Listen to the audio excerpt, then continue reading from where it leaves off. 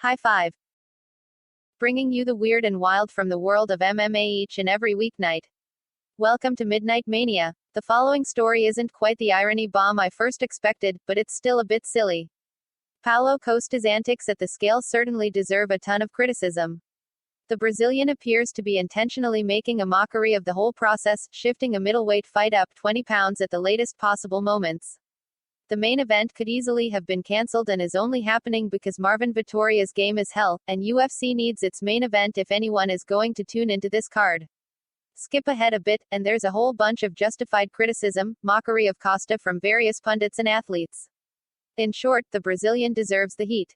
But does Anthony "Rumble" Johnson, one of the most notorious weight cutters in the sport's history, have room to publicly judge? It depends if the details matter to you. Bellator's Johnson took to his Instagram story to slam Costa, not off missing weight necessarily, but specifically taking issue with Costa's refusal to even try to make weight. "I missed weight 3 times while fighting for UFC," Johnson wrote via. "Even if I knew it would be a struggle, I'd still try and make the weight and not be a BH and try to do catch weight, out of the blue cause I was lazy." Costa wants the fame and glory without putting in the work.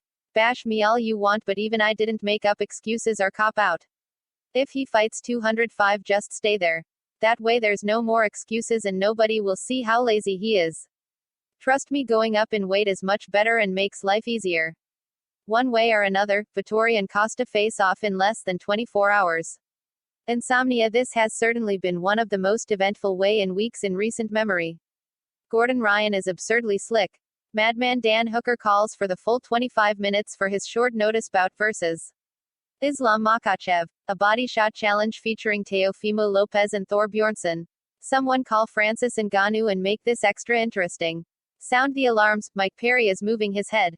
Sean O'Malley may not seem to care who he fights next, but he's at least a bit irritated with Dominic Cruz.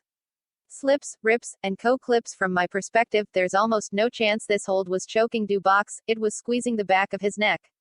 Looks like an unpleasant neck crank though. The ghost escape from side control to DR's choke is one of my favorite transitions, and it's landed at least once inside the octagon. Mitch Clark versus Al Iaquinta. Single-minded thigh destruction, random land not for sensitive stomachs.